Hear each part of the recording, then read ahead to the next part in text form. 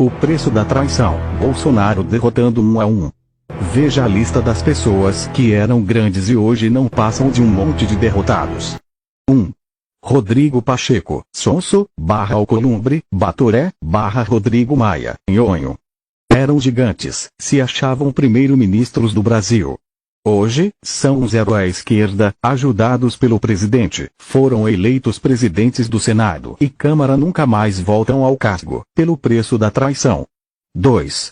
Joyce Hasselmann, Pepa, foi uma grande jornalista da Veja, apresentadora do maior programa de direita do Brasil, Os Pingo nos Is, ao lado do mestre Augusto Nunes, Zé Maria e Fiuza.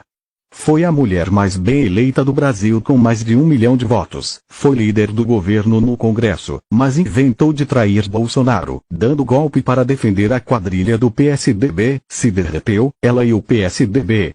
Tentou ser prefeita em São Paulo, mas conseguiu apenas 1% dos votos, e amargou na última posição. Hoje virou um zero à esquerda. Iniciou seu primeiro mandato e nunca mais será eleita, pelo preço da traição. 3. Felipe Moura Brasil e outros ex-rudis jornalistas. Foi apresentador de Os Pingos nos Is, repórter de muita moral da Veja. A tiragem caiu de 1 milhão para 80k exemplares. Ninguém mais lê, enfrentou Bolsonaro, se lascou, virou outro zero à esquerda. Pelo menos 28 pessoas, grandes inimigos de Bolsonaro, famosos, incluindo políticos, jornalistas, professores, morreram de infartes e Covid, logo depois que publicaram em suas redes o ódio e o desejo na morte de Bolsonaro. Hoje não são mais lembrados. Exemplo. 4. Paulo Henrique Amorim e outros jornalistas insignificantes. Comunista que fez um blog sujo, falando a verdade e mentia 24 horas contra Bolsonaro. 5. W. Witzel, soberba em pessoa. Governador eleito no Rio de Janeiro. Juiz que cresceu na onda. Bandido bom é bandido, morto, foi eleito graças a Bolsonaro, mas a soberba subiu ao coração e quis ser maior que Bolsonaro, resolveu desconstruir o presidente para tomar seu lugar e ainda aproveitou a pandemia para acusar o governo que lhe pôs no poder por causa da sua popularidade. Resultado: foi deposto, sofreu impeachment, foi humilhado, fracassado, responde por corrupção. Hoje é um zero à esquerda, iniciou a carreira política, e se acabou no primeiro mandato, pelo preço da traição. 6. Daiane Pimentel, Traiane, professora, contra a escola destruída pela doutrina da Bahia, eleita em um dos estados mais corruptos do Brasil, a Bahia. Defendia família, pátria, moralidade, liberdade, teve uma grande e expressiva votação por causa de Bolsonaro e seu discurso ético, foi na onda dos traíras, também traiu Bolsonaro, hoje é uma fracassada parlamentar. Não conseguiu se eleger prefeita de Santana e depois se uniu ao PT. Seu último mandato deve se acabar em 2022 e voltará a ser professora, pelo preço da traição. 7. Raquel Sherazade tornou-se uma das maiores jornalistas do Brasil, foi âncora do SBT, cresceu na onda Bolsonaro, defendeu a morte de bandido, e defendeu Bolsonaro contra Maria do Rosário, depois que se descasou, conheceu um esquerdista que lhe fez a cabeça e a partir daí, esqueceu seus princípios, tornou-se feminista, ficou do lado do ladrão Molusco, tornou-se inimiga de Bolsonaro e deixou de atacar as vítimas da sociedade, foi mandada embora do SBT, hoje é uma jornalista de blog sujo do PT. Esse foi o preço da traição. 8. Alexandre Fruta, depois de sua vida fracassada como ator pornográfico, fez filmes com travestis, depois ingressou na política, entrou na onda Bolsonaro, bandido bom é bandido morto, logo depois da vitória voltou à sua origem esquerdista em defesa da depravação moral, tornou-se inimigo de Bolsonaro e de seus filhos. Foi apagado da vida pública, apagou suas redes sociais por não suportar as críticas. Hoje é um zero à esquerda. Desistiu de se reeleger, não tem mais votos. Está sendo tirado da política em 2022 pelo preço da traição. 9.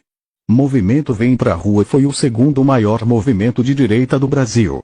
Defendeu Bolsonaro e o povo nas ruas, logo depois da eleição, se uniu com Dória para derrubar Bolsonaro, fracassado, decaiu, hoje não leva 200 pessoas às ruas, pelo preço da traição. 10.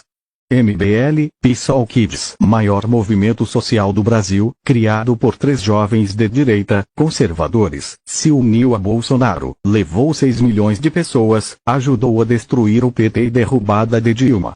Depois que elegeram vários políticos, como dizia Olavo de Carvalho, eles não são mais de direita, vão sabotar o governo Bolsonaro, dito e feito. Hoje, os líderes fracassaram, foram humilhados, caçados, presos. MBL se juntou numa manifestação com PT e Ciro Gomes que foi o maior fracasso e vergonhosamente, juntou 800 pessoas. Esse foi o preço da traição. 11. Kim Catapiroca e Mamãe Caguei, PSOL Kids, carinhosamente receberam esses apelidos do saudoso professor Olavo de Carvalho. Foram eleitos na onda Bolsonaro, depois saíram tentando dar um golpe em Bolsonaro em defesa de Dória para presidente da República.